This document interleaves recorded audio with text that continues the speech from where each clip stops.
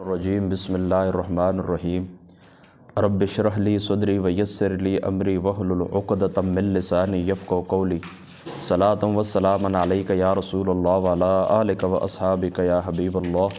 الصلاۃ والسلام علیک یا رحمۃ للعالمین وعلی آلک و اصحابک یا سیدی یا شفیع المذنبین۔ آج ہم اللہ تعالیٰ کے فضل و کرم سے ہفتہ وار درس حدیث پاک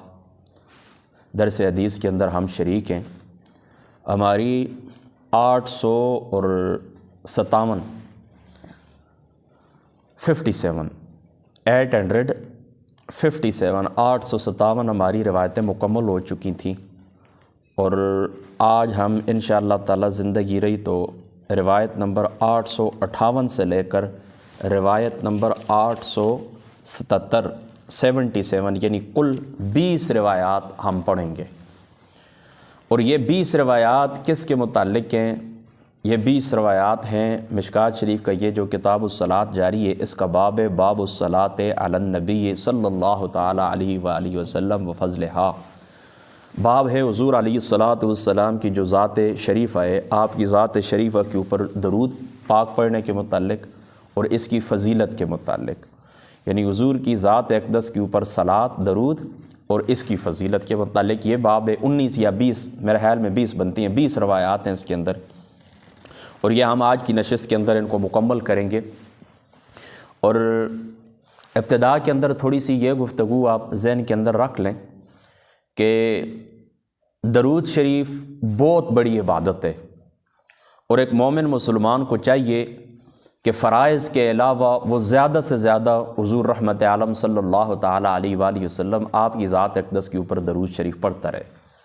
اور یہی حضور علیہ الصلاۃ والسلام کی قربت کا ذریعہ بھی ہے، اور جو چیز قربت کا ذریعہ ہے وہی چیز شفاعت کا ذریعہ بھی ہے۔ یعنی شفاعت کی حقیقت بھی یہی ہے کہ جو حضور علیہ الصلاۃ والسلام کے جتنا قریب ہوگا، حضور علیہ الصلاۃ والسلام کے انوار، حضور کے تجلیات، حضور کے فیوز، حضور کی برکات اس بندے کو زیادہ نصیب ہوں گی۔ اس کے اندر عرب ایک لینگویج کے اندر ایک لفظ صلاۃ جو کثیر معانی کے اوپر بولا جاتا ہے، اور یہ جو لفظ درود آپ بولتے ہیں یہ فارسی کا لفظ ہے، فارسی کا لفظ ہے درود، اس کا معنی رحمت طلب کرنا، اور عربی کے اندر اس کا جو متبادل لفظ ہے وہ لفظ صلاۃ ہے، اور لفظ صلاۃ کا معنی دعا بھی ہے، رحمت بھی ہے، استغفار بھی ہے۔ بس جس ذات کی طرف اس لفظ کی نسبت ہوتی ہے بس اسی طرح پھر اسی کے مطابق اس کا معنی کیا جاتا ہے۔ اللہ تعالیٰ کی طرف نسبت ہوتی ہے، فرشتوں کی طرف نسبت ہوتی ہے، بندوں کی طرف نسبت ہوتی ہے، بندوں کی طرف نسبت ہو تو اس کا مطلب اللہ تعالیٰ کی ذات اقدس کے لیے حضور صلی اللہ تعالیٰ علیہ وآلہ وسلم اللہ تعالیٰ سے حضور کی ذات اقدس کے لیے رحمتیں برکتیں طلب کرنا، اور اسی طریقے سے اللہ تعالیٰ کی ذات اقدس کی طرف اس کی نسبت ہو تو مطلب یہ ہوتا ہے، اس کا مفہوم یہ ہے کہ اللہ تعالیٰ حضور علیہ الصلاۃ والسلام کی ذات اقدس کے اوپر سلامتیوں کا، برکتوں کا، رحمتوں کا نزول فرماتا ہے۔ ٹھیک ہے، سمجھ گئے نا؟ اور حضرت محدث دہلوی صاحب رحمۃ اللہ تعالیٰ علیہ آپ فرماتے ہیں کہ اس لفظ کی نسبت جب بندوں کی طرف ہوتی ہے تو جناب حق تعالیٰ کی طرف سے اس کی حبیب پاک صلی اللہ تعالیٰ علیہ وآلہ وسلم پر دنیا اور آخرت کی خیر و بلائی کے لیے افاضہ رحمت کی طلب مراد ہوتی ہے۔ اللہ تعالیٰ کی ذات اقدس نے مسلمانوں کو حکم دیا ہے کہ حضور کی ذات اقدس کے اوپر درود و سلام پڑھیں۔ ان اللہ وملائکتہ یصلون علی النبی یا ایھا الذین آمنوا صلوا علیہ وسلموا تسلیما۔ قاضی ابوبکر رحمۃ اللہ تعالیٰ علیہ آپ فرماتے ہیں کہ اللہ تعالیٰ کی ذات اقدس نے ذات مصطفیٰ کے اوپر درود کا حکم دیا ہے، درود و سلام کا حکم دیا ہے، لیکن اللہ تعالیٰ نے تحدید نہیں فرمائی۔ اللہ تعالیٰ کی ذات اقدس نے وقت کا تعین نہیں فرمایا، کوئی تعداد معین نہیں فرمائی، اتنی تعداد کے اندر پڑھیں، اس وقت پڑھیں۔ تو فرماتے ہیں اس سے یہ ثابت ہوتا ہے کہ جس وقت پڑھیں اور زیادہ سے زیادہ پڑھیں، یعنی اللہ تعالیٰ نے تحدید نہیں فرمائی، تعین نہیں فرمایا، یعنی مومن کو چاہیے کہ زیادہ سے زیادہ حضور علیہ الصلاۃ والسلام کی جو ذات شریفہ ہے اس ذات شریفہ کے اوپر تھوڑا سا بیٹا پانی لے آئیں گے پینے کے لیے، ذات شریفہ کے اوپر کیا کرے؟ درود و سلام پڑھے۔ اس میں بھی دیکھیں کوئی مشکل بات نہیں ہے،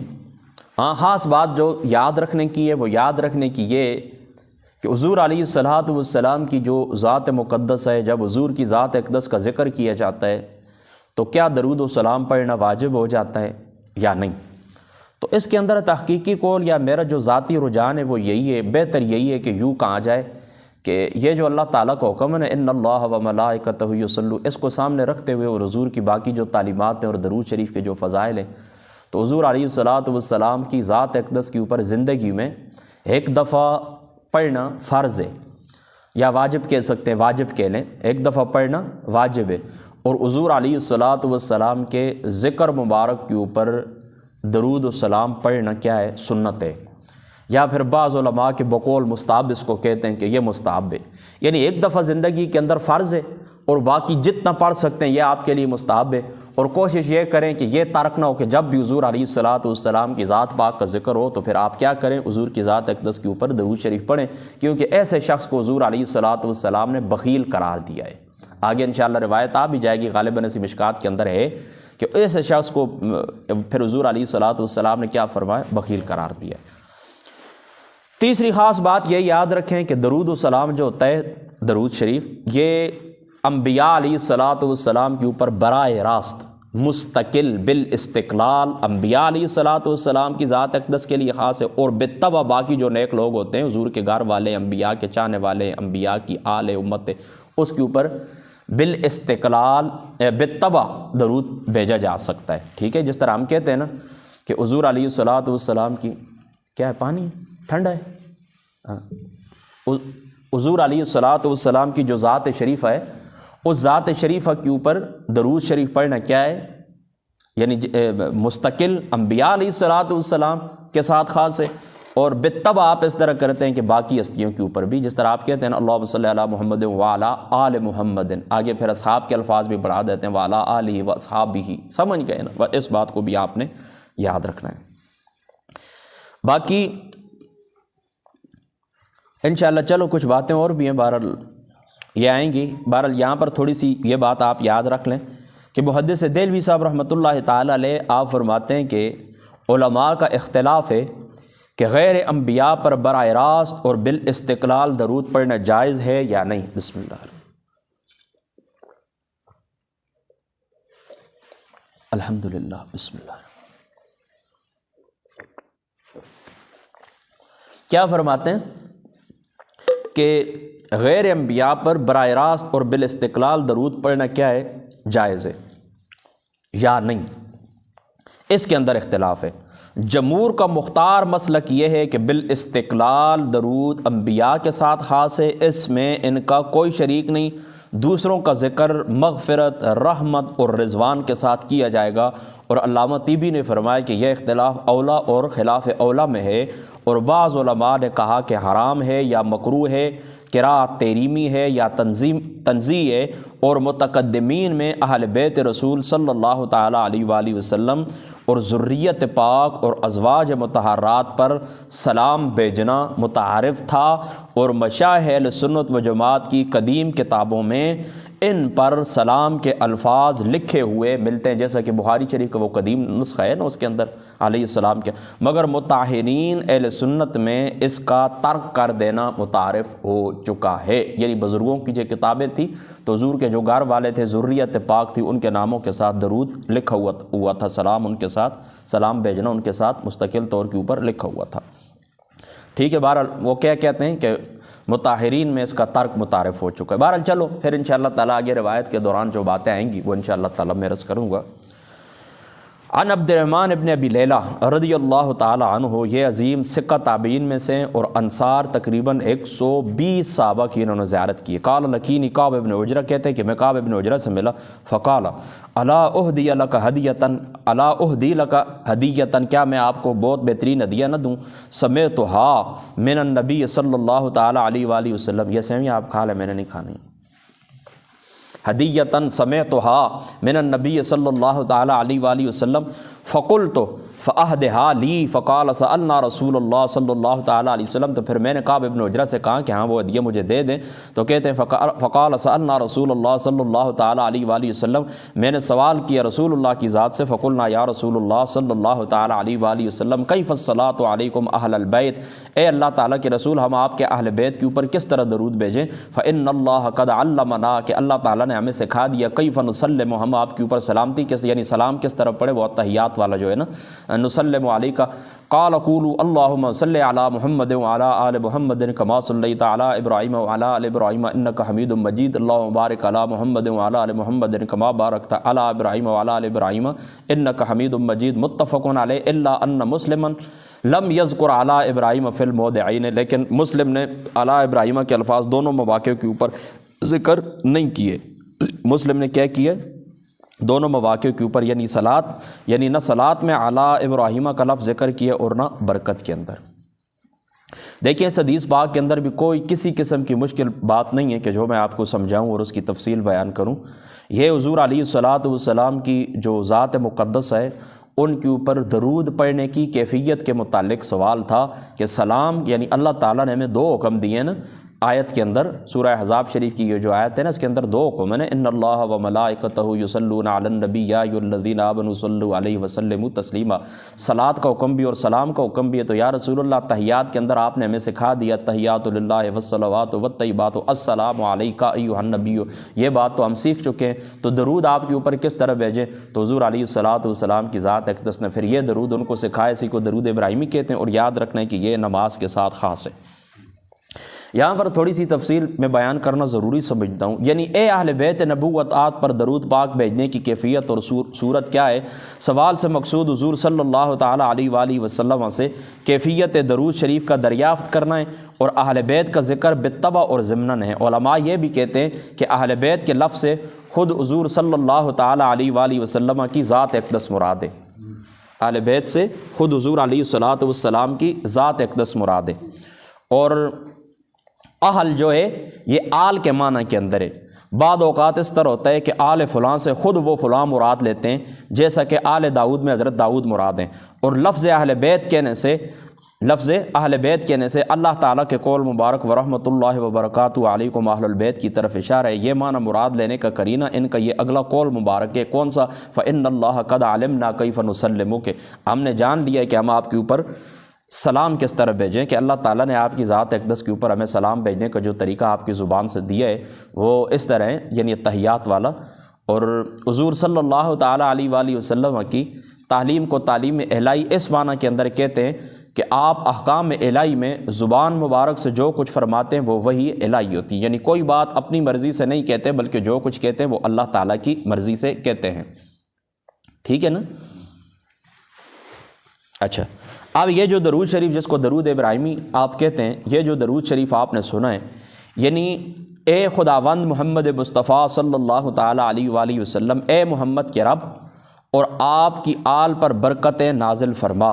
یعنی اے خداوند محمد مصطفیٰ اور آپ کی آل پر برکتیں نازل فرما، اور زیادہ سے زیادہ اپنی خیر اور نعمت سے آپ کو اور آپ کی آل پاک کو سرفراز فرما، جس طرح تو نے ابراہیم اور آل ابراہیم کو برکتوں اور نعمتوں سے نوازا ہے، ٹھیک ہے نا؟ اس میں تو کوئی مشکل بات بھی نہیں ہے، یعنی اے اللہ تعالیٰ حضور کی ذات اقدس کے اوپر اور حضور کی آل کے اوپر ان کو اللہ تعالیٰ تو سرفرازیاں عطا فرما، بلندیاں عطا فرما اور خیر و نعمت عطا فرما، جس طرح ابراہیم اور آل ابراہیم کو تو نے عطا فرمائی۔ اور آل ابراہیم کے اندر یاد رکھیں کہ حضور علیہ الصلاۃ والسلام بھی طبعاً آ جاتے ہیں کہ آپ بھی آل ابراہیم میں سے، حضرت اسماعیل علیہ الصلاۃ والسلام کی اولاد میں سے۔ اچھا، اب ایک بات اور یاد رکھنا کہ یہ جو لفظ آل ہے، اس آل سے مراد وہ لوگ بھی ہیں جو آپ سے پیدا ہوتے ہیں، یعنی آل و امجاد جس کو کہتے ہیں، اولاد، یہ بھی مراد ہوتے ہیں۔ اور یعنی سادی سی بات یاد رکھنا، اہل بیت کون لوگ ہوتے ہیں؟ تو یاد رکھیں اہل بیت سے مراد وہ بھی ہیں کہ جو آپ سے پیدا ہوئے ہیں، ان کو اہل بیت ولادت کہتے ہیں۔ اور ایک ہوتے ہیں اہل بیت نسب، جو آپ کے رشتہ دار ہوتے ہیں، اہل بیت نسب آپ کا جن کے ساتھ خونی رشتہ ہوتا ہے۔ اور ایک ہوتے ہیں اہل بیت سکنا، یعنی آپ کی بیویاں جو آپ کے ساتھ رہتی ہیں۔ تو اہل بیت کا اولین مصداق جو ہے نا اہل بیت کا، وہ حضور علیہ الصلوۃ والسلام کی گھر والیاں ہیں، اور پھر حضور علیہ الصلوۃ والسلام کی آل پاک ہے۔ اور یہ بھی یاد رکھنا کہ بعض روایات یعنی آل جو ہے نا آل، تو یہ آل کا لفظ یاد رکھیں کہ پیروکاروں کے لیے بھی آتا ہے، یعنی جو پیروکار ہوتے ہیں ان کو بھی آل کہا جاتا ہے۔ ایک مقام کے اوپر حضور علیہ الصلوۃ والسلام نے فرمایا آلی کل مؤمن، ہر مومن کیا ہے؟ میری آل ہے۔ اور ایک روایت کے اندر آتا ہے کہ کل مؤمن تقی، کہ ہر وہ شخص جو تقوی اختیار کرتا ہے تو وہ کیا ہے؟ وہ میری آل میں سے۔ تو یہاں پر آل سے مراد کون ہے؟ حضور علیہ الصلوۃ والسلام کے پیروکار ہیں۔ تو یاد رکھیں یہاں پر جہاں پر جو کرینہ ہوتا ہے نا، کرینہ، بس کرینے کو دیکھ کر، ارد گرد سیاق و سباق کو دیکھ کر آل کا یا اہل بیت کا معنی وہاں پر کر دیا جاتا ہے، یعنی پتہ چل جاتا ہے کہ یہاں پر اہل بیت سے مراد خاندان کے لوگ ہیں، اہل بیت سے مراد اولاد ہے، اہل بیت سے مراد گھر والے ہیں، یا اہل بیت سے مراد دیگر پیروکار ہیں۔ ٹھیک ہے، یہ کرینہ بتا دیتا ہے۔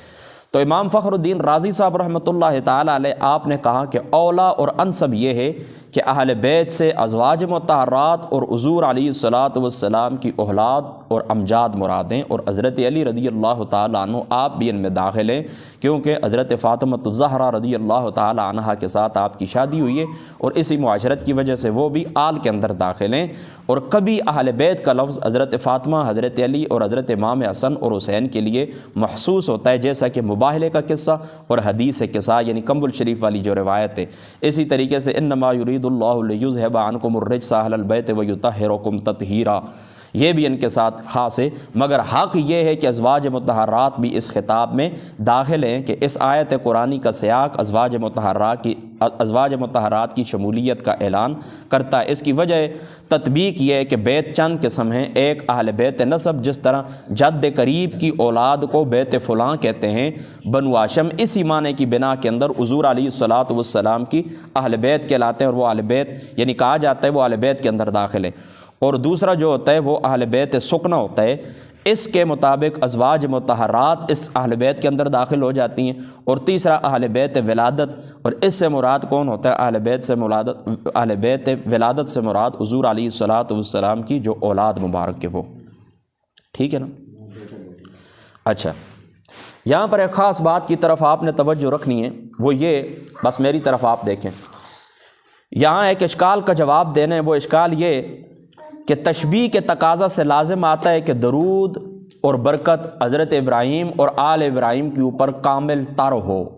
کیونکہ مشبہ اور مشبہ بھی کے وہ جو قواعد ہیں نا وہ آپ جانتے ہیں نا، تو یہاں پر اب ظاہری سی بات ہے۔ تو اس کا جواب محدث دہلوی صاحب نے یہ دیا ہے، کہتے ہیں کہ تشبیہ کے لیے شہرت اور ظہور کافی ہے، تشبیہ کے لیے شہرت اور ظہور کافی ہے، مشبہ بھی میں کمال اور قوت کی کوئی شرط نہیں ہوتی، بس شہرت کافی ہوتی ہے، کسی قسم کی کوئی قوت مشبہ بھی کے اندر کوئی شرط نہیں ہے، بس یہ بات آپ نے ذہن کے اندر رکھنی۔ تو جس طرح کامل درود اور برکتیں حضرت ابراہیم اور آپ کی آل پر ہیں، بالکل اسی طرح کامل درود اور برکت اور خیر اور سرفرازیاں کس کے لیے؟ حضور علیہ الصلوۃ والسلام کے لیے اور حضور علیہ الصلوۃ والسلام کی آل کے لیے۔ اب روایت نمبر 859 عن ابی حمید الساعدی رضی اللہ تعالی عنہ، آپ فرماتے ہیں کہ قالوا یا رسول اللہ صلی اللہ تعالی علیہ وآلہ وسلم کیف نصلی علیک۔ حضرت ابو حمید الساعدی رضی اللہ تعالیٰ عنہ سے روایت فرماتے ہیں کہ لوگوں نے عرض کیا یا رسول اللہ، اس کو ٹھیک کر دیں سب کو، کہنے لگے کیف نصلی علیک یا رسول اللہ صلی اللہ تعالیٰ علیہ وآلہ وسلم، ہم کس طرح آپ کی ذات اقدس کے اوپر صلوات پڑھیں؟ فقال رسول اللہ صلی اللہ تعالیٰ، یعنی کس طرح آپ کے اوپر درود پڑھیں؟ فقال رسول اللہ صلی اللہ تعالیٰ علیہ وسلم قولوا اللہم صلی علی محمد وازواجہ وذریاتہ کما صلیت علی ابراہیم وبارک علی محمد وازواجہ وذریاتہ کما بارکت علی ابراہیم انک حمید مجید۔ وعن ابی ہریرہ قال قال رسول اللہ صلی اللہ تعالیٰ علیہ وسلم من صلی علی صلاۃ واحدۃ صلی اللہ علیہ عشرا، فرمایا جو شخص میرے اوپر ایک بار درود پڑھتا ہے اللہ تعالیٰ اس کے اوپر 10 دفعہ رحمتیں نازل فرماتا ہے۔ دیکھیں یہاں پر ایک چھوٹا سا سوال پیدا ہوتا ہے، بسم اللہ الرحمن الرحیم۔ وہ سوال یہ پیدا ہوتا ہے کہ حضور کے اوپر درود ایک بار جائے اور آپ کے اوپر 10 مرتبہ، یہ کس طرح ہو سکتا ہے؟ تو اس کا جواب آپ سادہ سا یہ بات ذہن میں یاد رکھیں، من جاء بالحسنۃ فلہ عشر امثالھا، کہ جو بندہ ایک نیکی لاتا ہے اس کو اس کے 10 گنا عطا فرمایا جاتا ہے۔ اور یاد رکھنا کہ یہ آپ کوالٹی اور کوانٹٹی کے اندر فرق آپ یاد رکھا کریں گے، کسی چیز کی کیپیسٹی کتنی ہوتی ہے۔ دیکھیں نا، یہ USA کے اندر جو لوگ رہائشی ہیں وہ یہاں پر 1 روپے بیچتے ہیں تو پاکستانی 300 بن جاتا ہے۔ اب روپے 1 کے، لیکن جگہ کتنے کی رکھتا ہے؟ 300 کی رکھتا ہے۔ بالکل اس طرح جس وقت آپ ایک دفعہ حضور کی ذات اقدس کے اوپر درود سلام پڑھتے ہیں تو یاد رکھیں یہ آپ کا ایک دفعہ ہوتا ہے، آپ کا کیا ہوتا ہے؟ ایک دفعہ ہوتا ہے، لیکن اس کی حیثیت ہزاروں لاکھوں اربوں کے برابر ہوتی ہے۔ یعنی ایک دفعہ آپ درود و سلام حضور کی ذات اقدس کے اوپر پڑھتے ہیں نا تو یہ بے مثال، یعنی بہت بہت بہت اللہ، چونکہ یہ عبادت اس طرح نا خلوص کے ساتھ ہی کی جاتی ہے نا۔ دیکھیں باقی میں ریا کا شبہ ہو سکتا ہے، کچھ مجبوری، کچھ ہزاروں، لیکن درود شریف ایک ایسی عبادت ہے اس کے اندر کسی قسم کو کوئی فورس نہیں ہوتا۔ اور یہاں پر یہ بات بھی آپ نے یاد رکھنا کہ یہ یعنی نفاست کے اندر یہ درود شریف ہو سکتا ہے کہ 1 لاکھ کے مثل ہو۔ اور یہاں پر دوسری بات یہ یاد رکھنا کہ آپ نے ایک دفعہ پڑھا ہے نا حضور کی ذات اقدس کے اوپر درود، اب یہ تو نہیں کہ اللہ تعالیٰ بھی ایک ہی دفعہ وہاں تک پہنچائے، ہو سکتا ہے اللہ تعالیٰ آپ نے ایک دفعہ کہا، اللہ تعالیٰ ہزاروں اربوں خربوں رحمت سلامتی حضور کی ذات اقدس کے اوپر نازل فرما دے۔ اب آپ سمجھیں، اور درود شریف کے اندر بھی تو مختلف الفاظ ہیں نا کہ اللہ تعالیٰ حضور علیہ الصلوۃ والسلام کی ذات اقدس کے اوپر ریت کے ذروں کے برابر درود نازل فرما، درخت کے پتوں کے برابر نزول فرما، بارش کے قطروں کے برابر نزول فرما۔ یہ ایک دفعہ ہی ہوتا ہے نا، لیکن اس کے اندر کتنا آ جاتا ہے اس کے اندر، یعنی کتنی خیر و برکت ہو جاتی ہے اور وہ کتنوں کے برابر چلا جاتا ہے۔ ٹھیک ہے، تو آپ ایک دفعہ کہتے ہیں، ٹھیک ہے، آپ ایک دفعہ کہتے ہیں، آگے حضور کی ذات اقدس کے اوپر اللہ تعالیٰ جتنی چاہے رحمتیں نازل فرما دے۔ بہرحال اللہ تعالیٰ کا جو قاعدہ ہے نا کہ ایک دفعہ جو نیکی کرتا ہے ایک نیکی کا 10 گنا دیا جاتا ہے، یہ اس ایک نیکی کا 10 گنا آپ کو دیا جاتا ہے۔ بسم اللہ۔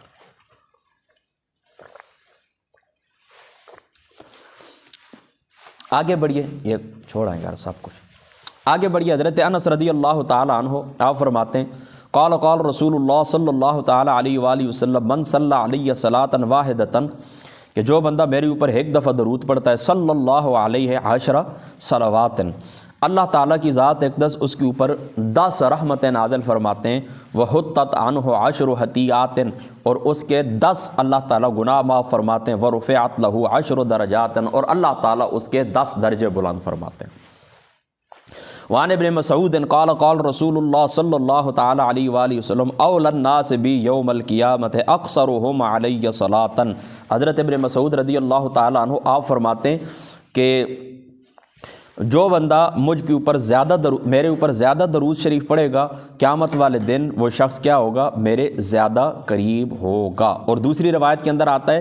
کہ کثرت درود حضور علیہ الصلوۃ والسلام کی شفاعت کرنے کا سبب اور ذریعہ بنے گا۔ تو اس کی وجہ یہی ہے کہ حضور علیہ الصلوۃ والسلام کی ذات اقدس سے حصول قرب کے باعث اللہ تعالیٰ کی رحمت کا وہ نور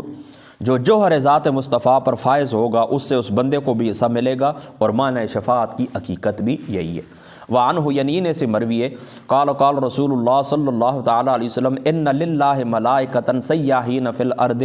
یبلغونی من امتی السلام۔ حضرت ابن مسعود سے ہی مروی ہے کہ رسول اللہ صلی اللہ تعالیٰ علیہ وآلہ وسلم آپ نے فرمایا اللہ تعالیٰ کے کچھ فرشتے زمین پر سیاحت کرتے ہیں جو میری امت کا سلام مجھ تک پہنچاتے ہیں۔ اللہ اکبر۔ یعنی حضور علیہ، اور ایک دوسری روایت کے اندر محدث دہلوی صاحب فرماتے ہیں کہ فرشتے اس بندے اور اس کے باپ کا نام لے کر رسول پاک صلی اللہ تعالیٰ علیہ وآلہ وسلم کی بارگاہ میں حاضر ہوتے ہیں۔ یعنی آپ جو ہے نا، آپ محمد عزیز ولد محمد سعید، حیدر زمان ولد محمد قادر، محمد رازق نادر کے بیٹے محمد رازق نے آپ کے اوپر درود پڑھا ہے، محمد فرید حافظ محمد شفیق کے بیٹے نے آپ کے اوپر درود و سلام پڑھا ہے۔ پھر آپ نے خود نام بھی لکھا ہے کہ سیف الدین کے بیٹے عبدالحق نے آپ کی خدمت میں درود و سلام بھیجا ہے۔ اس طرح نام لے کر، یعنی باپ کے نام کے ساتھ وہ حضور علیہ الصلوۃ، یعنی آپ کا نام بھی لیتے ہیں، آپ کے والد کا نام بھی لے کر حضور کی بارگاہ کے اندر وہ اللہ تعالیٰ کے فرشتے کیا کرتے ہیں؟ حضور کی بارگاہ کے اندر وہ درود و سلام پیش کریں۔ لکل بشارت فغلا ما علیک فقد، لکل بشارت فغلا ما علیک فقد ذکرت ثم علی ما فیک من عوج۔ تجھے بشارت ہو اب تو وہ بوجھ اپنے سے اتار دے کہ تیرا تذکرہ تیری کوتاہیوں کے باوجود وہاں پر یعنی پاک مجلس کے اندر ہوا ہے۔ آگے بڑھیے، وعن ابی ہریرہ قال قال رسول اللہ صلی اللہ تعالی علیہ وآلہ وسلم ما من احد یسلم علی رد اللہ علی روحی حتی ارد علیہ السلام۔ حضرت ابو ہریرہ سے روایت فرماتے ہیں رسول پاک صلی اللہ تعالی علیہ وآلہ وسلم نے فرمایا مجھ پر کوئی شخص سلام نہیں بھیجتا مگر اللہ تعالیٰ مجھ پر میری روح لوٹا دیتا ہے حتیٰ کہ میں اس کا جواب دیتا ہوں۔ یعنی جو حضور علیہ السلام کے در اقدس کے اوپر جاتا ہے، حضور کے مزار پاک کے اوپر جاتا ہے، حضور علیہ السلام کی روح مبارک حضور کی ذات اقدس کے اوپر لوٹائی جاتی ہے، اور حضور علیہ السلام کیا ہوتا ہے کہ اس کے درود اور سلام کا جواب دیتے ہیں۔ یہاں پر دو باتیں آپ نے ذہن کے اندر رکھنی ہیں۔ یہاں پر اس حدیث پاک کو سامنے رکھتے ہوئے یہی لگتا ہے کہ جو بندہ حضور کی ذات اقدس کے پاس کھڑا ہوتا ہے، وہاں پر مزار پاک کے پاس کھڑا ہوتا ہے اور وہاں پر حضور کی ذات اقدس کے اوپر درود و سلام پڑھتا ہے، تو اس کا جواب حضور علیہ السلام عطا فرماتے ہیں۔ اور محدثین دوسری طرف بھی گئے، یہ سوال بھی اٹھایا گیا ہے کہ کوئی بندہ یعنی مزار پاک کے پاس کھڑا نہ ہو، آپ کی لحد مبارک قبر مبارک کے پاس گنبد حجرہ کے پاس کھڑا نہ ہو، دنیا کے دوسرے کسی کونے کے اندر کھڑا ہو کر درود و سلام پڑھے اور حضور اس کا جواب دیتے ہیں، فرمایا وہ بھی دیتے ہیں۔ یعنی اس کو آپ عموم کے اندر رکھیں تب بھی ٹھیک ہے، اگر کہیں کہ یہ روایت جو ہے حضور علیہ السلام کے دربار پاک کے ساتھ خاص ہے تب بھی ٹھیک ہے۔ بہرحال استعالہ کوئی بھی نہیں ہے، یعنی اس طرح نہیں ہے کہ اس کا مطلب یہی ہے کہ جو پاس کھڑے ہوتے ہیں تو حضور علیہ السلام درود و سلام سنتے اور دور سے جو بندہ درود پڑھتا ہے اس کا درود نہیں سنا جاتا، ایسی بات کوئی بھی نہیں۔ اسمع و صلاۃ آل محبتی و عارفہم، یہ دلائل الخیرات کے مقدمے کے اندر یہ الفاظ موجود ہیں کہ اہل محبت کا درود حضور پاک فرماتے ہیں میں خود سنتا ہوں، و عارفہم، اور ان کو پہچانتا بھی ہوں۔ اور یہاں پر کیا ہے، حتی ارد علیہ السلام، میں اس کے سلام کا جواب دیتا ہوں۔ یعنی درود اور سلام حضور کی ذات اقدس کے اوپر آپ پڑھتے ہیں، حضور کی قبر کے پاس پڑھتے ہیں، یہاں جہاں سے بھی، تو حضور کی روح مبارک حضور کے اوپر لوٹائی جاتی ہے اور حضور اس سلام کا جواب دیتے ہیں۔ اب سادی سی بات یہاں پر یہ ذہن کے اندر رکھے، یہاں پر محدثین نے بحثیں کی ہیں، امام سیوطی نے کی ہے، حضرت محدث دہلوی صاحب نے کی ہے، اور آج اتفاق کی بات ہے، میں چونکہ ملا علی قاری صاحب کی مرکات نہیں دیکھ سکتا، انہوں نے یہاں پر کیا لکھا ہے، بہرحال چلو خیر ہے۔ یہاں پر اس طرح کہ حضور کی جو روح مبارک لوٹائی جاتی ہے اس سے کیا مراد ہے، یہ خاص بات آپ ذہن کے اندر رکھیں کہ حضور علیہ السلام کی جو روح مبارک کے لوٹائی جاتی ہے اس سے کیا مراد ہے۔ یعنی قبر کے اندر اللہ تعالیٰ کے رسول موجود ہیں، تو کیا جس وقت دنیا کے اندر کوئی بندہ حضور کی ذات اقدس کے اوپر درود و سلام پڑھتا ہے تو حضور کی روح حضور کے بدن مبارک کے اندر موجود نہیں ہوتی اور پھر حضور کی طرف وہ روح لوٹائی جاتی ہے؟ یہ معنی اس کا بنتا ہے، ایسا تو ہرگز نہیں ہے، کیونکہ بار بار روح نکلے اور بار بار اندر داخل ہو، یہ تو اللہ تعالیٰ کے وعدے کے خلاف ہے۔ اور اس طرح تو کیا ہے، تکلیف ہے، اس طرح تکلیف ہے کہ روح بار بار نکلے اور بار بار جسم کے اندر داخل ہو۔ پھر مزے کی بات یہ بتاؤں کہ دنیا حضور علیہ السلام کی جو امتی حضور کے چاہنے والے، دنیا کے کسی بھی کونے کے اندر کوئی وقت ایسا نہیں ہے کہ حضور کی ذات اقدس کے اوپر درود و سلام نہ پڑھا جاتا ہو، بلکہ اب تو ایسے ادارے وجود کے اندر آ چکے ہیں۔ یہ ڈاکٹر طاہر القادری صاحب کا بھی ہے، منہاج القرآن کے اندر وہ ایک ادارہ ہے، اس کو بڑا گوشہ درود غالباً اس کو کہتے ہیں، اس کے اندر اس طرح کہ 24 گھنٹے کوئی وقت وہ لوگ داخل ہوتے ہیں، 10 20 داخل ہوتے ہیں، وہاں پر درود شریف پڑھتے رہتے ہیں، اور 24 گھنٹے میں 1 سیکنڈ کے لیے بھی وہاں پر تعطل نہیں ہوتا۔ تو اس طرح تو نہیں ہے، تو پھر اس روح لوٹانے کا کیا مطلب ہے؟ اس روح لوٹانے کا کیا مطلب ہے کہ یہ روح لوٹائی جاتی ہے، اس روح لوٹانے کا کیا مطلب ہے؟ تو یہاں پر یہ بات آپ نے یاد رکھنی ہے کہ روح لوٹانے کا مطلب ہے توجہ حضور علیہ السلام فرماتے ہیں، یعنی آقا علیہ السلام اس جہان کے اندر کیا ہے، اللہ تعالیٰ کی ذات اقدس کے انوار اور تجلیات کے اندر گم ہوتے ہیں، اللہ تعالیٰ کے جو انوار ہوتے ہیں حضور علیہ السلام ان کا مشاہدہ فرما رہے ہوتے ہیں، اور پھر جس وقت حضور علیہ السلام اپنے جو حضور کے گھر والے ہیں، جو حضور کے ساتھی ہیں، جو حضور کے امتی وہ صلاۃ و سلام پڑھتے ہیں، تو اس طرف حضور علیہ السلام اس مقام کے اوپر نزول فرما کر اس طرف تشریف لے آتے ہیں اور اس طرف توجہ فرماتے ہیں اور اپنے امتیوں کو سلام کا جواب عطا فرماتے ہیں۔ اس لیے محدثین نے لکھا ہے، وہ کہتے ہیں کہ تمہاری خوش نصیبی ہے کہ دیکھیں نا، تم کروڑ دفعہ، یہ تو نہیں کروڑ دفعہ تم درود و سلام پڑھو اور کروڑ دفعہ حضور آپ کو جواب دیں، حضور ایک دفعہ بھی فرما دیں، جس وقت آپ کہتے ہیں یا رسول اللہ آپ کے اوپر سلامتی ہو، حضور ایک دفعہ بھی آپ کو کہتے ہیں آپ کے اوپر بھی سلامتی ہو، تو آپ کی دنیا اور آخرت پار ہو گئی۔ حضور کی ذات اقدس سے جواب مل گیا نا آپ کو، نہ آپ کے اوپر بھی سلامتی ہو، بس آپ کو اور کیا چاہیے، بات ختم ہو گئی۔ ٹھیک ہے، تو اس میں بھی کوئی مشکل بات نہیں ہے۔ یہ حدیث پاک ہے 864، یہ ابو داؤد شریف کی ہے، اور یہ دعوات الکبیر کے اندر بھی یہ روایت موجود ہے۔ بہرحال چلو اس کا بس اتنا ہی جواب، اس کے اندر جو مشکل بات ہی نہیں یہی تھی نا کہ ما من احد یسلم علیہ الا رد اللہ علیہ روحی حتی ارد علیہ السلام، ٹھیک ہے، اس کو آپ نے یاد رکھنا ہے۔ وعنہ سمعت، تو انہی سے مروی ہے، سمعت رسول اللہ صلی اللہ علیہ وسلم یقول لا تجعلوا بیوتکم قبورا ولا تجعلوا قبری عیدا وصلوا علی فإن صلاتکم تبلغنی حیث کنتم۔ حضرت ابو ہریرہ فرماتے ہیں کہ میں نے رسول اللہ کو فرماتے ہوئے سنا اپنی گھروں کو قبریں نہ بناؤ، یقول لا تجعلوا بیوتکم قبورا، اپنے گھروں کو قبور نہ بناؤ، ولا تجعلوا قبری عیدا، اپنے گھروں کو بھی قبریں نہ بناؤ اور میری قبر مبارک کو بھی عید نہ بناؤ، میری قبر کے اوپر بھی ولا تجعلوا قبری عیدا، اور میری قبر کو بھی عید نہ بناؤ، وصلوا علی فإن صلاتکم تبلغنی حیث کنتم، اور میرے اوپر کیا کرو، درود، میرے اوپر درود بھیجا کرو، تمہارا درود مجھے پہنچتا ہے تم جہاں بھی ہو، جہاں پر بھی تم ہو تمہارا درود مجھے پہنچتا ہے، میں خود سنوں یا میرے جو فرشتے ہیں، اللہ کے جو فرشتے ہیں وہ مجھے پہنچائیں، ٹھیک ہے۔ اچھا، اب یہ بات یاد رکھیں کہ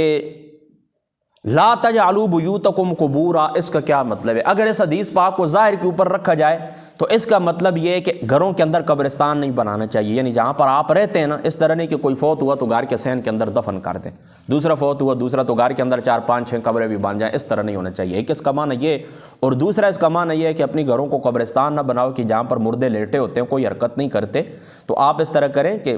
یہاں پر کچھ درود پڑھا کریں حضور کی ذات اقدس کے اوپر، کچھ نوافل پڑھا کریں، کچھ اللہ کا ذکر کیا کریں، ذکر و فکر کیا کریں، کچھ عبادت کیا کریں، اس طرح ہونا چاہیے، نماز پڑھا کریں۔ ظاہری سی بات ہے اب قبروں کے اوپر تو نماز نہیں پڑھی جاتی نا، تو اس کا مطلب کیا ہے کہ اپنی گھروں کے اندر نماز پڑھا کریں، اپنی گھروں کے اندر عبادت کیا کریں۔ اس لیے محدثین، فقہاء، علماء اس کے اوپر متفق ہیں کہ جو نفلی نماز ہوتی ہے وہ گھر کے اندر پڑھنا افضل ہے، فرض نماز مسجد کے اندر جماعت کے ساتھ پڑھنا افضل ہے، اور جو یہ نفلی جو نماز ہوتی ہے یعنی فرض کے علاوہ جو کچھ بھی ہوتا ہے وہ گھروں کے اندر پڑھنا افضل ہے، ٹھیک ہے۔ تو اس کا یہ معنی ہے کہ اپنی گھروں کو قبر نہ بناؤ، یعنی ظاہر کے اوپر رکھے تو وہاں پر قبرستان نہیں ہونے چاہیے، اور اس کا یہ جو معنی ہے محدثین نے جو تعویل کی ہے وہ یہ کہ قبر نہ بناؤ یعنی وہاں پر نماز پڑھو۔ ولا تجعلوا قبری عیدا، اور میری قبر کو عید نہ بناؤ، یعنی میری قبر کو عید نہ بناؤ کیا مطلب کہ عید والے دن جس طرح لوگ خوشیاں مناتے ہیں، نئے نئے کپڑے پہنتے ہیں، رنگین کپڑے پہنتے ہیں، اللہ گلا کرتے ہیں، میلے کی ایک صورت ہوتی ہے، تو فرما میری قبر کے اوپر میلہ نہیں لگانا، کیونکہ اگلے جو لوگ تھے اپنی انبیاء کی قبور کے ساتھ یہود و نصارہ نے اس طرح ہی کیا تھا۔ یہ بھی وہ روایت آئے گی، اس کے اندر تھوڑے اشکالات بھی ہیں، محدث اعلیٰ حضرت فاضل بریلوی رضی اللہ تعالیٰ عنہ آپ نے اس کے جوابات دیے ہیں فتاوی رضویہ شریف کے اندر۔ بہرحال چلو، وہ لوگ اپنی انبیاء کی قبور کے ساتھ اس طرح کرتے تھے، تو اس طرح حضور کی قبر کے ساتھ، میری قبر کے ساتھ اس طرح تم نے نہیں کرنا ہے کہ وہاں پر آپ میلہ لگا دیں۔ اور ایک معنی محدثین نے یہ بھی بیان کیا ہے کہ کہتے ہیں کہ ولا تجعلوا قبری عیدا، اس کا مطلب یہ ہے نا کہ یہ کثرت زیارت کی طرف اشارہ ہے، یعنی عید تو سال میں ایک دفعہ آتی ہے نا، سال میں ایک دفعہ آتی ہے، 2 دفعہ آتی ہے، تو اس طرح نہ کرو کہ بندہ جس وقت کہتے ہیں تم تو یار عید کا چاند ہی ہو گئے ہو، یعنی بالکل کم نظر آتے ہو، تو اس طرح نہ ہو کہ میری قبر کو عید بنا لو، یعنی جس طرح عید والے دن باہر آپ نکلتے ہیں یا خوشی ایک دفعہ حاضری ہوتی ہے، تو اس طرح نہیں ہونا چاہیے کہ میری قبر کے اندر، قبر مبارک کے اوپر سال میں سالوں بعد کے در عید کی طرح آپ اس طرح کریں کہ حاضر ہو جائیں، نہیں، ورنہ کثرت کے ساتھ میری قبر کی زیارت کریں۔ من زار قبری وجبت لہ شفاعتی ومن لم یضرنی فقد جفانی، جو بندہ میری قبر کی زیارت کرے گا اللہ تعالیٰ کے رسول فرماتے ہیں میں اس کی شفاعت کروں گا۔ تو ٹھیک ہے، قبر کو عید بھی نہیں بنانا ہے، یعنی وہاں پر اللہ گلا بھی نہیں کرنا ہے، اور اس طرح بھی نہیں کرنا کہ اللہ تعالیٰ توفیق دے اور بندہ عید کی طرح کئی سال میں ایک دفعہ حاضری دے، نہیں، کثرت کے ساتھ جایا کرے۔ زندگی کا مزہ ہی یہی ہے، بس تھوڑا سا بندہ اپنی گپ شپ کرے، کچھ کاروبار کرے، اور پھر مہینے 2 مہینے گزر جائے حضور کی بارگاہ میں جا کے سلام کر کے آ جائے، ٹھیک ہے۔ آگے بڑھیے۔ اچھا، لا تجعلوا بیوتکم قبورا، یعنی گھروں کے اندر قبر نہ بناؤ۔ اگر اس کو ظاہر کے اوپر رکھا جائے نا کہ گھر کے اندر قبر نہیں ہونی چاہیے، تو یہاں پر تو سوال ایک پیدا ہوتا ہے کہ حضور علیہ الصلوۃ والسلام کی قبر مبارک تو پھر گھر کے اندر ہے، یعنی حجرہ عائشہ کے اندر ہی حضور کو دفن کیا گیا نا، حضور کا وہی رہائش بھی تھی، حضور کا وہ گھر تھا، تو اسی کے اندر حضور کو دفن کیا گیا۔ تو محدث دہلوی صاحب رحمۃ اللہ تعالیٰ علیہ آپ نے عشرۃ اللمبات کے اندر اس مقام کے اوپر لکھا ہے کہ یہ حضور محمد مصطفیٰ کی خصوصیت ہے، حضور علیہ الصلوۃ والسلام کی کیا ہے؟ خصوصیت ہے۔ آگے بڑھیے، اور پھر کیا فرماتا ہے؟ فَإِنَّ صَلَاتَكُمْ تَبْلُغُنِي حَيْثُ كُنْتُمْ، تم جہاں کہیں بھی ہوتے ہو تو تمہارا درود و سلام مجھ تک پہنچاتا ہے۔ وَعَنْهُ، یعنی یہ نہیں سے روایت ہے حضرت ابو ہریرہ سے، قال رسول اللہ صلی اللہ علیہ وسلم رَغِمَ أَنْفُ رَجُلٍ، اس بندے کی ناک خاک آلود ہو، ذکرت عندہ، اس کے پاس ذکر ہو میرا، فلم یصلی علیہ، اور وہ میری ذات اقدس کے اوپر درود و سلام نہ پڑھے، ورغم انف رجل دخل علیہ رمضان ثم انصلح قبل ان یغفر لہ، اور اس بندے کی ناک بھی خاک آلود ہو کہ جس کو رمضان شریف نصیب ہو اور اپنی اللہ سے اپنی بخشش نہیں کروا سکا، ورغم انف رجل ادرک عندہ ابواہ الکبر او احدہما، فرما اس بندے کی ناک بھی خاک آلود ہو کہ جس نے اپنے والدین میں سے یا ان میں سے کسی ایک کو پایا، یعنی دونوں کو پایا یا کسی ایک کو پایا، فلم یدخلہ الجنہ، اور جنت اس نے حاصل نہیں کی، یعنی والدین اس کو ملیں جنت حاصل نہیں کی، یعنی والدین ہی آپ کی جنت دوزخ ہیں، ان کی خدمت کریں، ان کے ساتھ سلوک کریں، ان کے ساتھ کیا کریں، اس نے سلوک کریں اور جنت اللہ کی حاصل کر لیں۔ تو والدین جس کو موجود ہوں پھر بھی وہ جنت نہ پا سکے تو حضور نے فرما اس کی ناک بھی کیا ہو، خاک آلود ہو۔ اللہ اکبر۔ یہاں پر بھی آپ لمبی باتیں، بہرحال چلو سادی سی بات آپ یہی ذہن کے اندر رکھ لیں جو ترجمے سے واضح، آگے بڑھتے ہیں۔ ان ابی طلحہ ان رسول اللہ صلی اللہ تعالیٰ علیہ وسلم، یعنی دیکھیں نا رمضان پاک آئے تب بھی اس کا احترام کریں، اس کے حقوق ادا کریں، والدین کے حقوق بھی ادا کریں، اور یہ بھی حضور علیہ الصلوۃ والسلام کے حقوق میں سے ہے کہ حضور کی ذات اقدس کے اوپر درود و سلام پڑھا جائے۔ حضرت ابو طلحہ فرماتے ہیں ان رسول اللہ صلی اللہ تعالیٰ علیہ وآلہ وسلم جاء ذات یوم والبشر فی وجهه فقال انه جاءنی جبریل فقال ان ربک یقول اما یرضیک یا محمد الا یصلی علیک احد من امتک الا صلیت علیہ عشرا ولا یسلم علیک احد من امتک الا سلمت علیہ عشرا۔ نسائی کی روایت ہے۔ حضرت ابو طلحہ فرماتے ہیں کہ رسول اللہ صلی اللہ تعالیٰ علیہ وآلہ وسلم آپ ایک دن تشریف لائے اور خوشی آپ کے چہرہ انور کے اوپر تھی۔ فرما میرے پاس جبریل آئے اور کہا آپ کا رب فرماتا ہے اے محمد مصطفیٰ کیا تم اس کے اوپر راضی نہیں کہ تمہارا کوئی امتی تمہارے اوپر ایک دفعہ درود پڑھے اور میں اس کے اوپر 10 رحمتیں نازل فرماؤں، اور کوئی امتی ایک بار سلام بھیجے اور میں اس کے اوپر 10 مرتبہ سلامتیاں نازل فرماؤں۔ حضرت ابی بن کعب قال قلت یا رسول اللہ صلی اللہ تعالیٰ علیہ وآلہ وسلم انی اقصر الصلاۃ علیک، یا رسول اللہ صلی اللہ تعالیٰ علیہ وآلہ وسلم میں آپ کے اوپر کثرت سے درود و سلام پڑھتا ہوں، فکم اجعل لک من صلاتی، میں اس کے لیے کتنا وقت مقرر کر لوں؟ فقال ما شئت، جتنا تو چاہے، قلت الربع، میں چوتھائی، قال ما شئت فان زدت فهو خیر لک، فرما جس تم مرضی ہے اگر زیادہ کر لے تو تیری لیے بہتر ہے، قلت النصف، یا رسول اللہ نصف، قال ما شئت، جس طرح تیری مرضی ہے، فإن زدت فهو خیر لک، اگر تو زیادہ کر تو تیرے لیے بہتر ہے، قلت فالثلثین، یا رسول اللہ صلی اللہ تعالیٰ علیہ وآلہ وسلم 2/3، یا رسول اللہ 2/3، قال ما شئت فإن زدت فهو خیر لک، فرمایا یہ بھی ٹھیک ہے جتنا زیادہ کر تیرے لیے بہتر ہے، قلت اجعل لک صلاتی کلھا، یا رسول اللہ سارا وقت ہی میں آپ کے اوپر درود و سلام پڑھوں گا۔ قال، پھر حضور علیہ الصلوۃ والسلام نے فرمایا اذن تکفا ہمک، یہ پھر کافی ہوگا تیرے غموں کے لیے، اذا تکفا ہمک ویکفر لک ذنبک، اور تیرے سارے گناہ مٹا دیے جائیں گے، یعنی تیرے غموں کے لیے بھی کافی ہے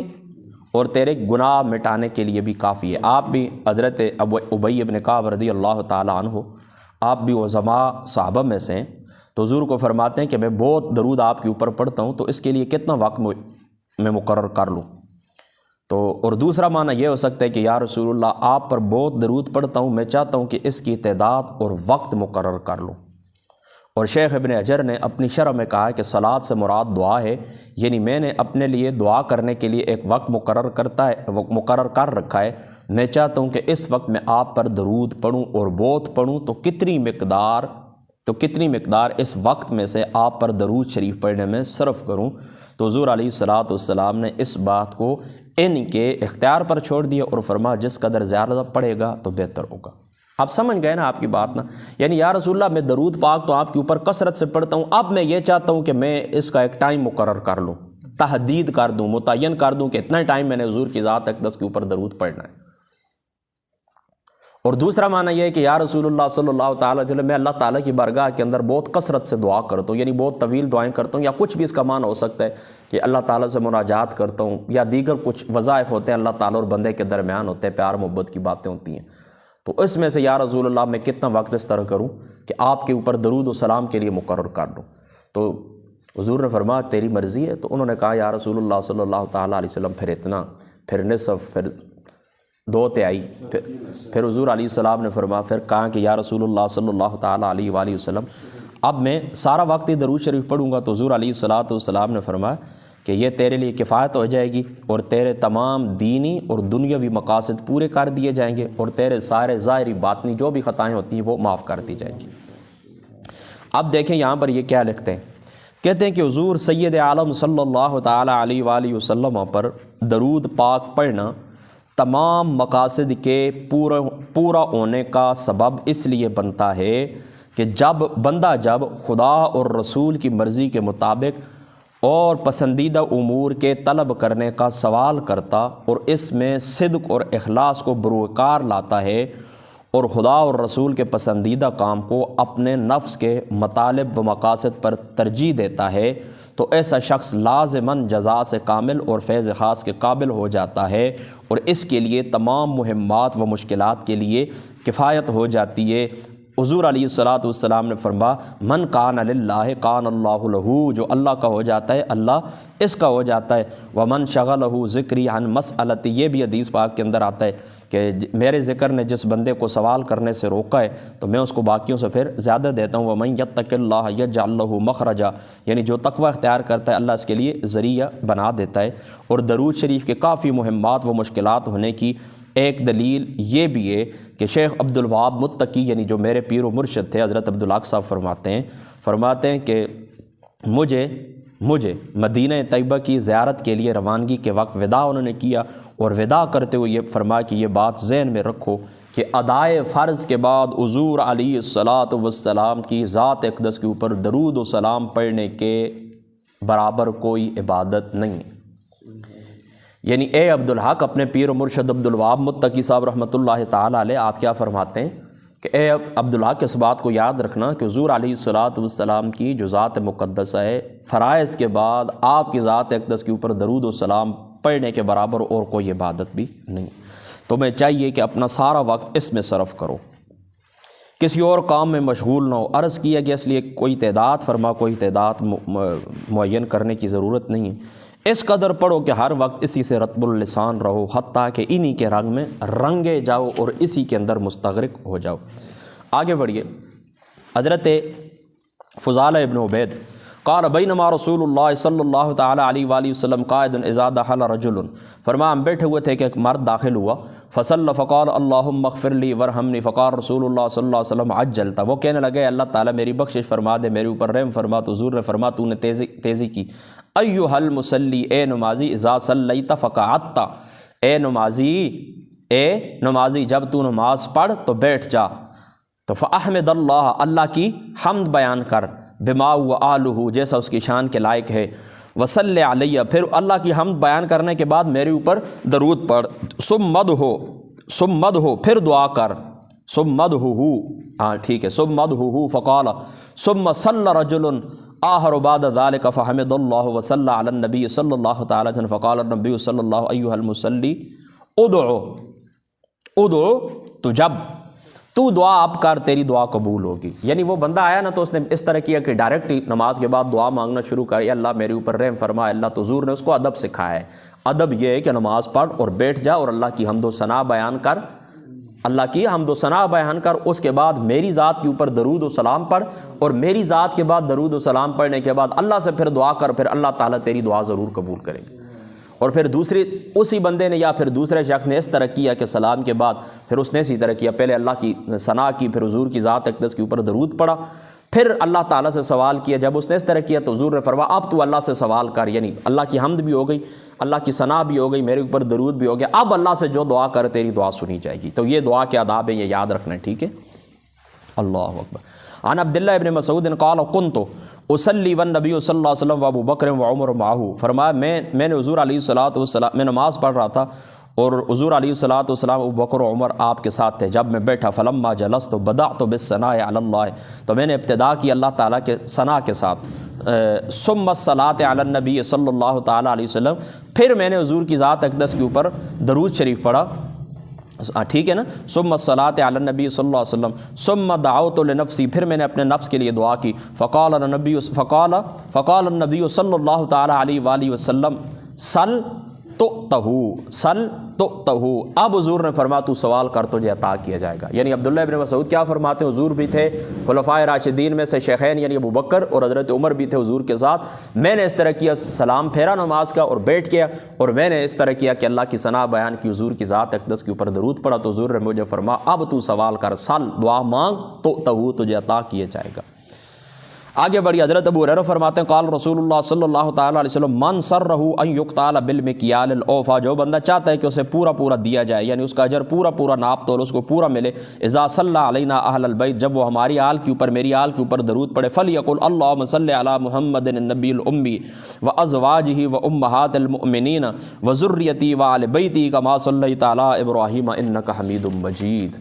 سمجھ گئے؟ کوئی کسی قسم کی مشکل بات اس میں نہیں ہے۔ وعن علی قال قال رسول اللہ صلی اللہ تعالیٰ علیہ وآلہ وسلم، حضرت علی سے مروی روایت، حضور نے فرمایا البخیل الذی من ذکرت عندہ فلم یصلی علیہ، فرما بخیل تو وہ شخص ہے کہ میرا ذکر اس کے سامنے کیا جائے اور وہ میری ذات اقدس کے اوپر درود و سلام نہ پڑے۔ یعنی وہ شخص وہ بھی بخیل ہے جو اللہ کی راہ میں مال خرچ نہیں کرتا، لیکن اس سے بڑا بخیل کائنات کے اندر وہ ہے کہ جو حضور کے حقوق پورے نہیں کرتا، اس کے دل کے اندر اتنا احساس بھی نہیں کہ حضور کی ذات اقدس کا ذکر اور حضور کی ذات اقدس کے اوپر وہ درود و سلام نہ پڑے۔ اس مقام کے اوپر محدث دہلوی صاحب رحمۃ اللہ تعالیٰ علیہ آپ فرماتے ہیں یہ اس کے نفس کی خرابی ہے کہ حضور کا ذکر سن کر ایک کلمہ یعنی درود پڑھنے کو لیے تیار نہیں ہے، اور ادائے حق اور آپ کی شکر گزاری پر وہ بندہ آمادہ نہیں ہے، اور داد محبت وہ عقیدت دینے کو تیار نہیں ہے۔ فرماتے ہیں یہ تو وہ موقع ہے کہ اس موقع کے اوپر جانے قربان کر دیجیے۔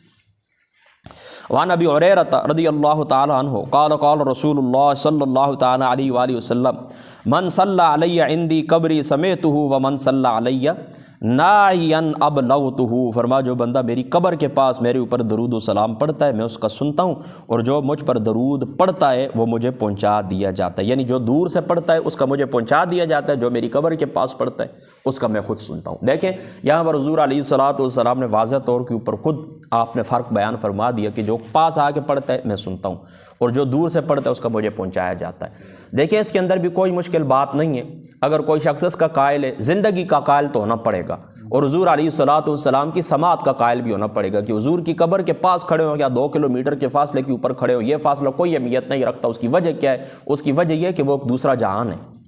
وہ ایک دوسرا جہان ہے، ایک دوسرا جہان ہے وہ۔ تو یہاں پر یہ اس دنیا کی جو مسافت ہے کہ یہاں سے پڑھے یا یہ کوئی فاصلہ بھی نہیں رکھتی۔ حضور علیہ الصلوۃ والسلام کی جو مبارک زندگی ہے وہ برزخی ہے، حضور عالم برزخ کے اندر تشریف فرمائیں، اپنی قبر مبارک کے اندر تشریف فرمائیں، اس کا تعلق دوسرے جہان سے بھی ہے، یعنی ایک من وجہ ہے ایک جہان سے اس جہان سے، اور ایک لحاظ سے اس جہان سے، یعنی اس جہان کی خبریں حضور کے پاس آتی ہے، حضور صلاۃ والسلام کا جواب دیتے ہیں، اپنے امتیوں کی دستگیری فرماتے ہیں، اور ادھر اللہ تعالیٰ کے جلووں کے اندر مستغرق رہتے ہیں، عالم آخرت کے اوپر آپ کی نگاہ ہوتی ہے۔ تو یاد رکھیں اس بات کو۔ بہرحال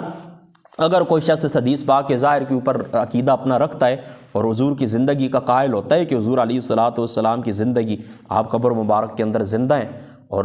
حضور علیہ السلام جو پاس کھڑے ہوتے ہیں تو اس کا سلام کا جواب دیتے ہیں، اور جو دور سے پڑھتا ہے تو حضور کو فرشتے پہنچا دیتے ہیں، دونوں باتیں ٹھیک ہے۔ وہ فرشتے بھی اس طرح تو نہیں ہے نا، فرشتوں کی بھی تو پاور ہے نا کہ جو ہی آپ کے منہ سے درود نکلتا ہے جہاں پر بھی آپ ہوتے ہیں وہ حضور کی ذات اقدس کے اوپر پہنچا دیتے ہیں، تو یہ طاقت اللہ تعالیٰ نے ان کو دی ہے نا۔ یہ تو نہیں ہوتا نا کہ آپ صبح سے شام تک وہ آپ کے پاس بیٹھ رہے ہیں، شام تک جتنا درود آپ جمع کرتے ہیں پھر وہ حضور تک پہنچا دیتے ہیں، مدینہ شریف جاتے ہیں پھر واپس آتے ہیں، اس طرح تو نہیں ہوتا نا۔ ان کا بھی تو چلنا کیا ہوتا ہے، وہ کیا کہتے ہیں کہ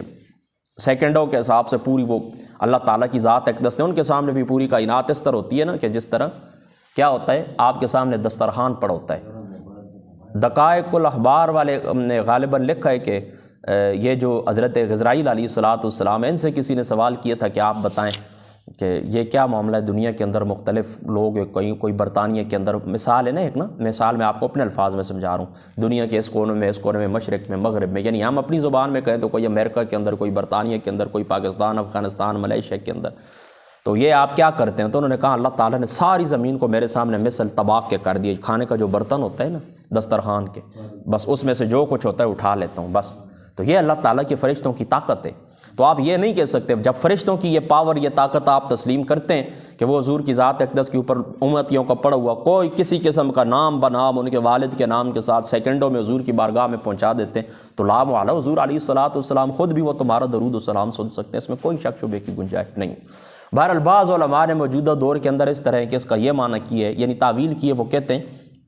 کہ اس کا یہ معنی بھی ہو سکتا ہے کہ جو بندہ بے توجہی کے ساتھ، سستی اور قائلی کے ساتھ درود و سلام پڑھتا ہے اس کا فرشتے پہنچا دیتے ہیں، اور جو آل محبت ہوتے ہیں، یعنی قریب ہونے سے مراد،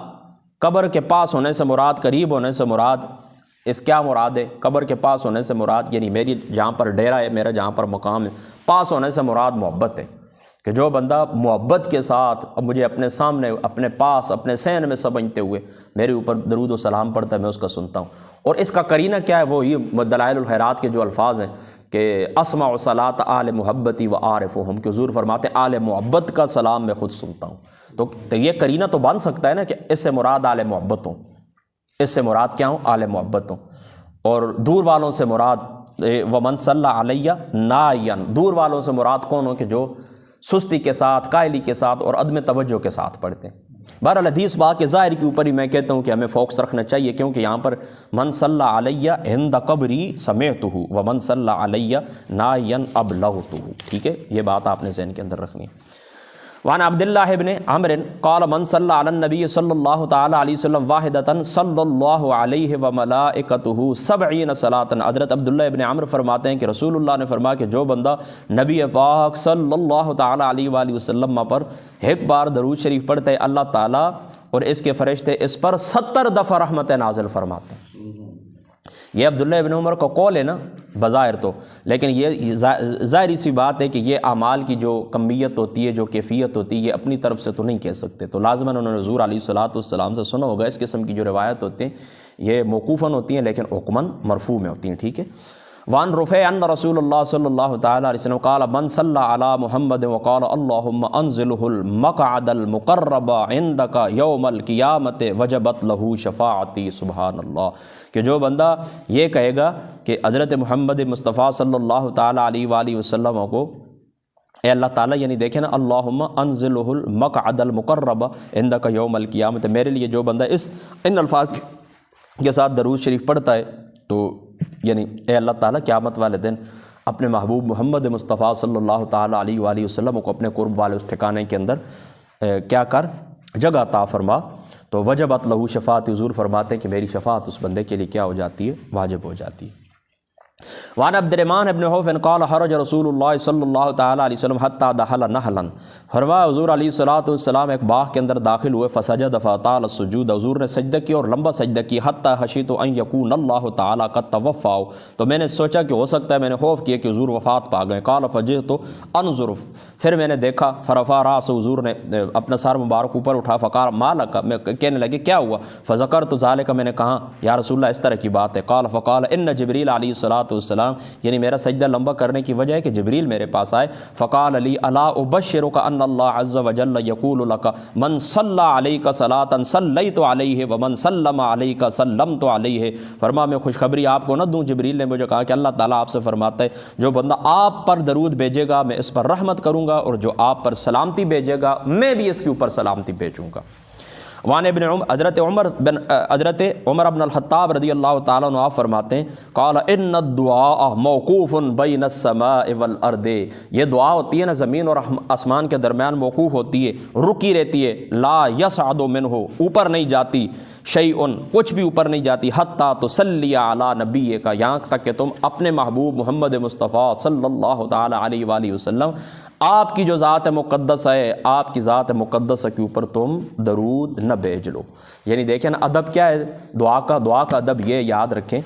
کہ آپ حضور علیہ الصلوۃ والسلام کی ذات اقدس کے اوپر درود نہ بھیجیں، اور ویسے ہی دعا آپ روانہ کر دیں تو فرما وہ آسمان اور زمین کے درمیان معلق رہتی، اوپر نہیں چڑھتی، اس کا کچھ حصہ بھی اوپر نہیں چڑھتا، اس کا کچھ حصہ بھی اوپر نہیں چڑھتا۔ بسم اللہ،